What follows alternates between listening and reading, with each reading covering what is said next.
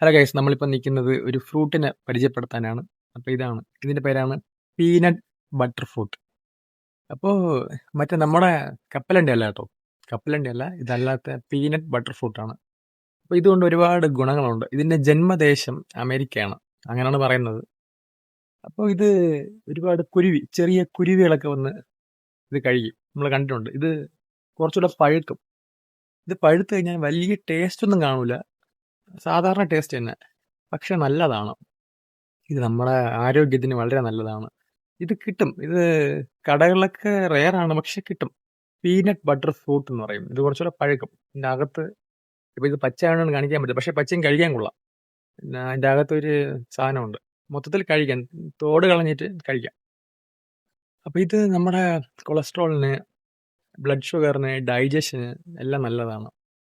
അപ്പോൾ ഇത് റെയറാണ്. അപ്പോൾ നിങ്ങൾ ഇപ്പം ചിലപ്പോൾ കേട്ട് കാണില്ല ഇതിനെക്കുറിച്ച്. റെയറാണ് ഈ ഫ്രൂട്ട്, പക്ഷെ അത്രത്തോളം നല്ല ഹെൽത്ത് ബെനിഫിറ്റ്സ് ഉണ്ട്. ഈ കിളികളും കുരുവികളൊക്കെ വന്ന് ഇത് കഴിക്കും. സ്കിൻ ഹെൽത്തിനും എല്ലാത്തിനും നല്ലതാണ്.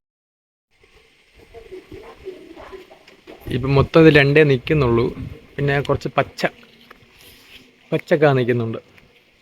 ഇതാണ് മരം.